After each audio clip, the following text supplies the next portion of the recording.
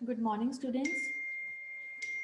Last time हमने topic किया था स्ट्रेन गॉज एंड अब हम स्ट्रेन गॉज की टाइप्स जो हैं उसमें सिर्फ उसकी टाइप्स के नेम्स के बारे में पढ़ेंगे, लेकिन उसकी एक्सप्लेनेशन नहीं करेंगे हम।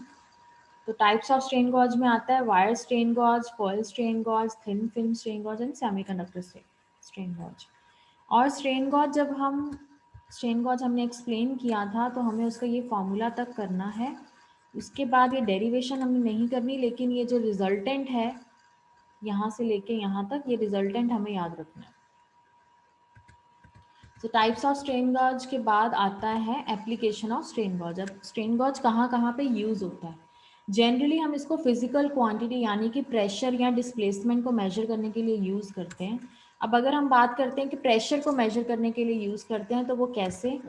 ये हमारे पास एक प्रेशर मेजरमेंट करने के लिए एक स्ट्रेन गॉज मेजरिंग डिवाइस है।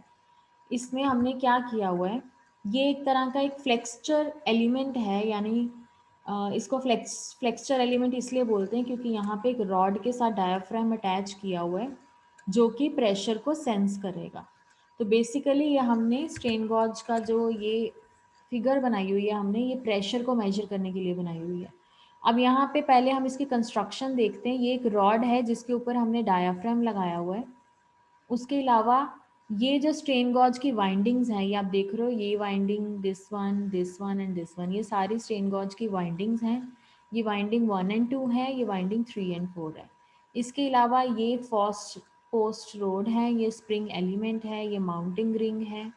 अब बेसिकली इसमें क्या होगा, जैसे ही हम यहाँ से डायाफ्राम के ऊपर प्रेशर देंगे या फोर्स देंगे, तो यहाँ से फोर्स लगने पे ये जो हमारे एलिमेंट्स हैं या जो ये वायर्स लगी हुई हैं, इनमें चेंजेस आएंगे। जब भी हमने एक एग्जाम्पल केस लेंगे, हम केस 1 की बात करते हैं। इन केस यहाँ पे कोई प्रेशर नहीं आया। जब यहाँ पे कोई प्रेशर नहीं आया, तो ये जो हमारा ब्रिज है ये बैलेंस्ड ब्रिज है। जब बैलेंस्ड ब्रिज होता है तो आउटपुट हमारी ज़ीरो आती है। सो फर्स्ट केस में हमने यहाँ पे कोई फोर्स अप्लाई नहीं किया, इसका मतलब इस ब्रिज में कोई चेंजेस नहीं आई, ये ब्रिज बैलेंस्ड ब्रिज है। तो जब कोई चेंजेस नहीं आएंगे तो output voltage would be equal to zero. अब हमने यहाँ से फोर्स डायाफ्राम पे फोर्स एक्सर्ट किया। जैसे ही हमने यहाँ पे फोर्स एक्सर्ट किया, तो ये जो ब्रिज है ये अनबैलेंस हो गया। मतलब एक्सटर्नल फोर्स के लगने से ये जो हमारी वायर्स हैं, इसमें जो टेंशन है वो प्रोड्यूस हो गई। मतलब एक टेंशन क्रिएट होगी इस वायर्स के अंदर, जिसकी वजह से हमारा ये जो ब्रिज है ये अनबैलेंस हो गया। और जब ब्रिज अनबैलेंस हो जाता है तो कोई ना कोई हमारी आउटपुट वोल्टेज आती है।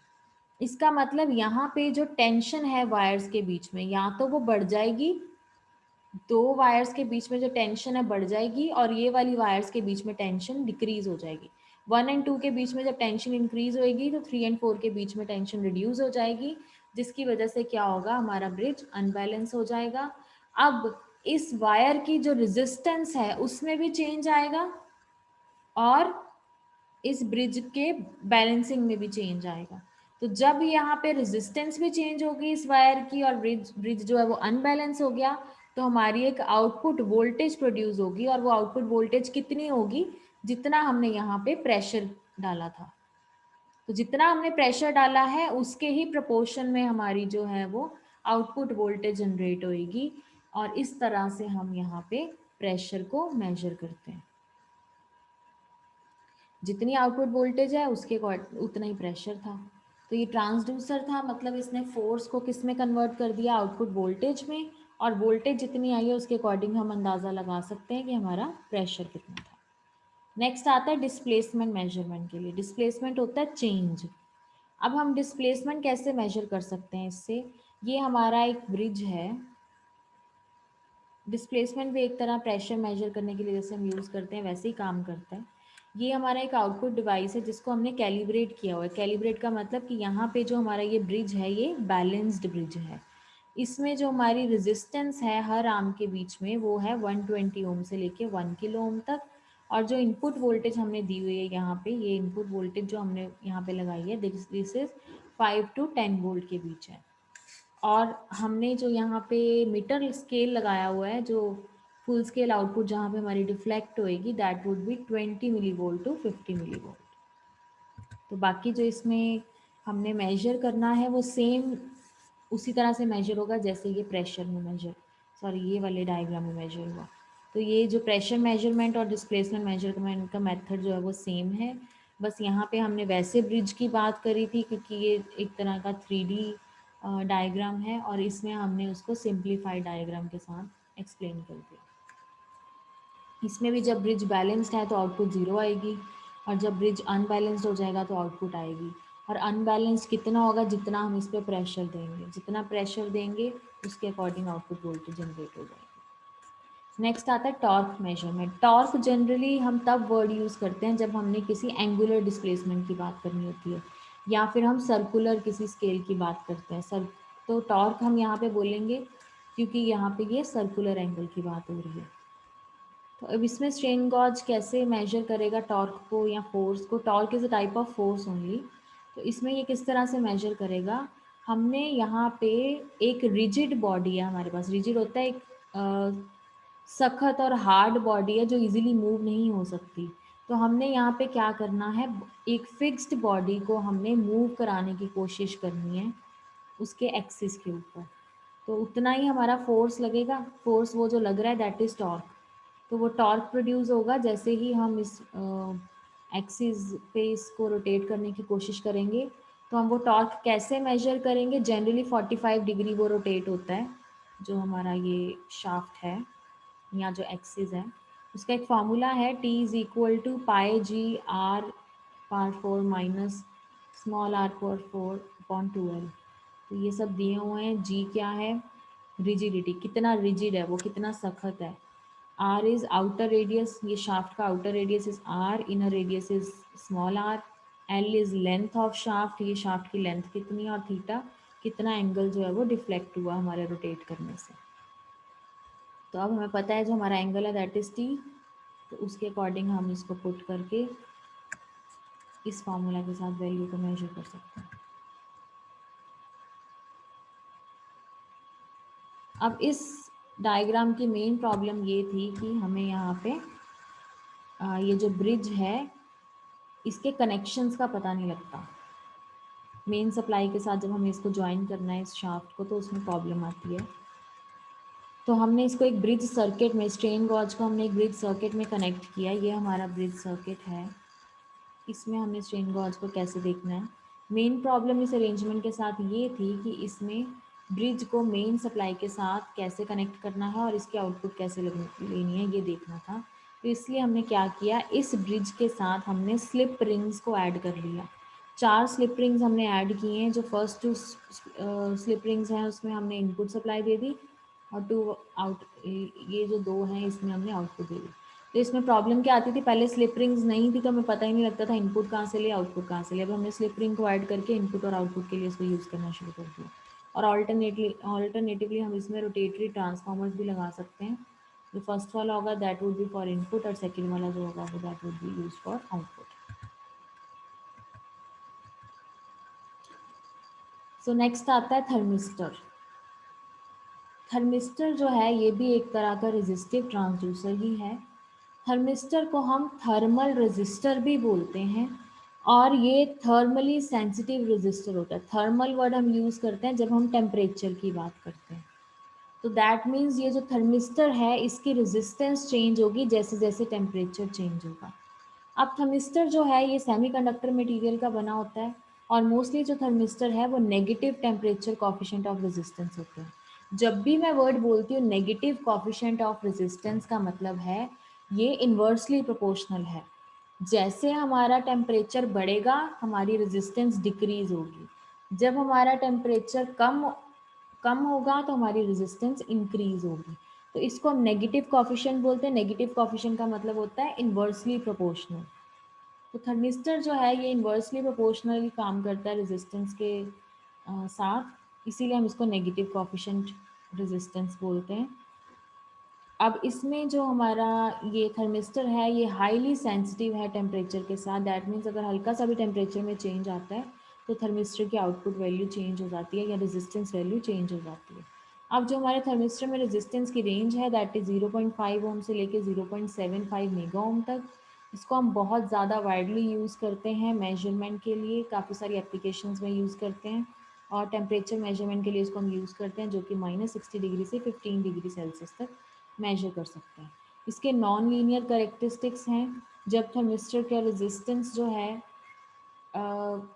उसकी जो वैल्यू है, फॉर्मूला है that is R is equal to alpha E T, या फिर RT1 इज़ इक्वल टू, अगर हम टेम्परेचर की बात करते हैं तो हम एक रिलेशनशिप डिफाइन करते हैं रेजिस्टेंस के बीच में और टेम्परेचर के बीच में, क्योंकि थर्मिस्टर जो है this is all about temperature measurement. और जैसे जैसे रेजिस्टेंस चेंज होएगी वैसे वैसे टेम्परेचर चेंज होगा, या टेम्परेचर चेंज होगा तो रेजिस्टेंस चेंज होगी।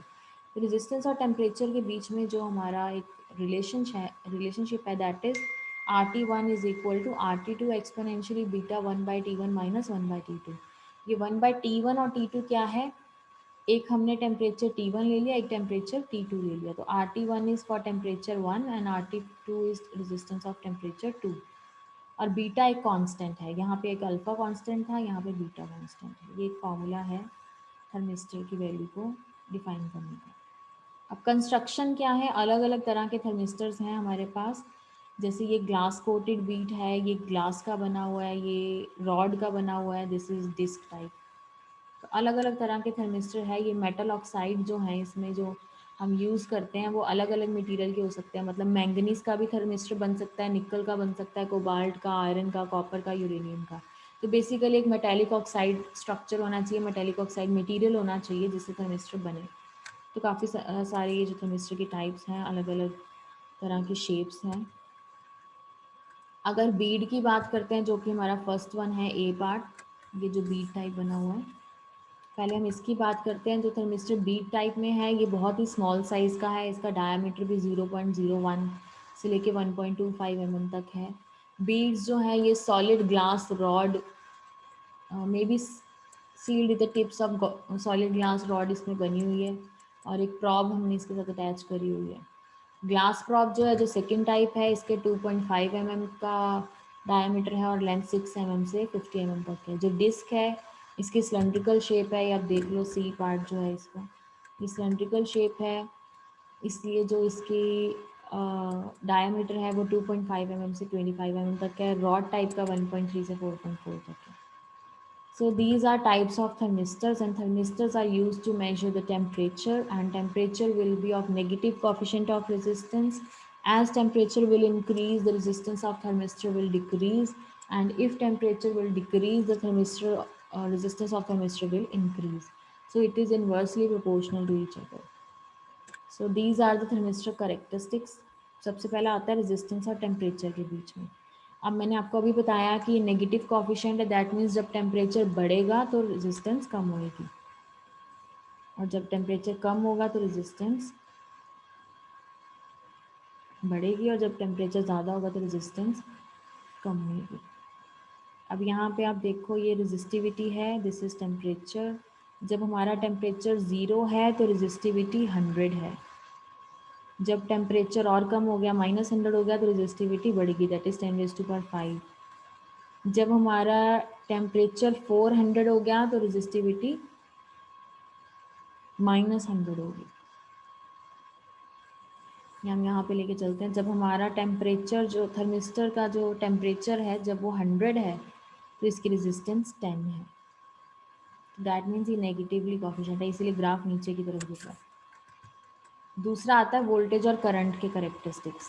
तो थर्मिस्टर जैसे ही इंक्रीज करेगा, जैसे ही थर्मिस्टर की वोल्टेज ड्रॉप इंक्रीज होगा वैसे ही इसका करंट भी इंक्रीज होगा। तो जैसे ही वोल्टेज ड्रॉप डिक्रीज होगा वैसे ही करंट भी डिक्रीज होगा। नेक्स्ट आता है करंट और टाइम के बीच में करेक्टरिस्टिक्स। अब जब हम थर्मिस्टर को गर्म करते हैं या हीट देते हैं तो थर्मिस्टर को गर्म होने में कुछ टाइम लगता है।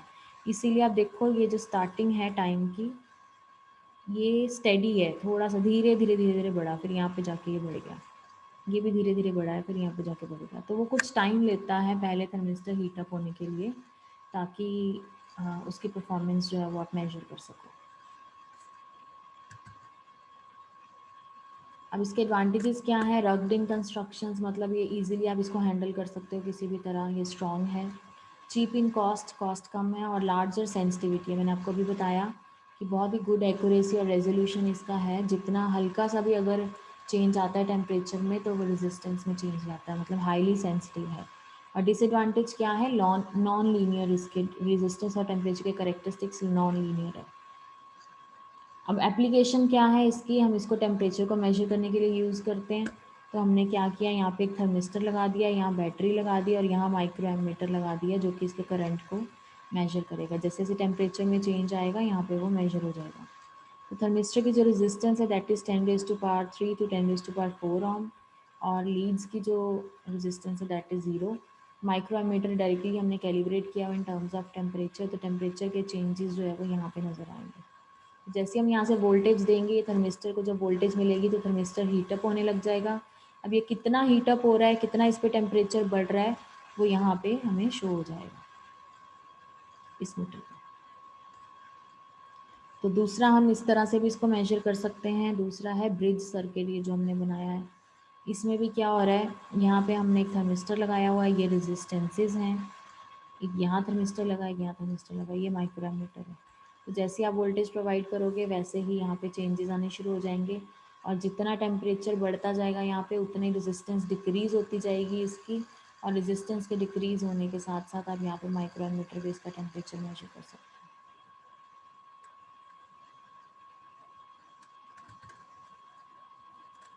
Next topic is resistive hygrometer. अब हाइग्रोमीटर क्या होता है ये हम नेक्स्ट लेक्चर में करेंगे। आई होप आपको ये वीडियो क्लियर है, ये लेक्चर क्लियर है। कोई भी डाउट है अगर स्ट्रेन गॉज में या फिर थर्मिस्टर में, तो आप मेरे को ये लाइव लेक्चर में पूछ सकते हो। Thank you so much for watching this video. We will cover our next topic, that is resistive hygrometer, in next lecture.